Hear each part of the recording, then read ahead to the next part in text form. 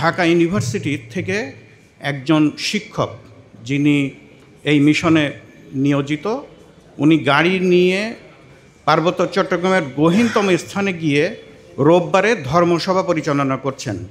ব্যাপক ভ্রমণ করতাম পার্বত্য চট্টগ্রাম এলাকায়, তো সেই সময় আমি দেখেছি যে কিভাবে বিদেশি মিশনগুলো আমাদের অবকাঠামো ব্যবহার করে পার্বত্য চট্টগ্রামের গহীনতম স্থানে পৌঁছে গিয়ে তারা আমাদের এই সীমানার ভিতরে তাদের ধর্মান্তরিত কার্যক্রম চালাচ্ছে।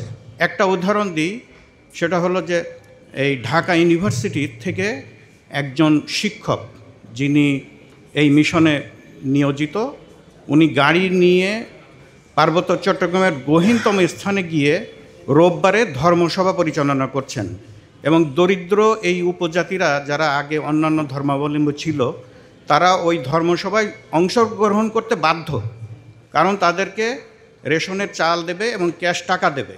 ওই ধর্মসভায় তারা যদি উপস্থিত না হন তাহলে তাদের এই অর্থ এবং তাদের এই রেশনের টাকাটা আর তারা পাবে না।